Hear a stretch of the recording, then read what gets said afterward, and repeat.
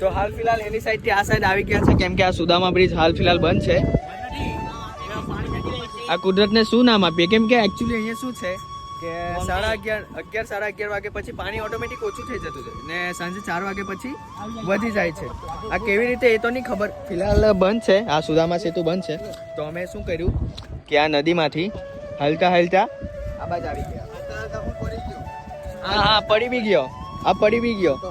તો અમારો બ્રધર કાનો અને ચિંટુ, વિવેક ઓર દિવ્યસ અમે આ સાઈડ આવ્યા છે ફોટો ક્લિક કરવા માટે. ફોટો ક્લિક કરીએ અહીંયાથી, પછી ગઈએ અગર સાંજે 4 વાગે પછી આ બાજુ બધું પાણી ભરાઈ જશે.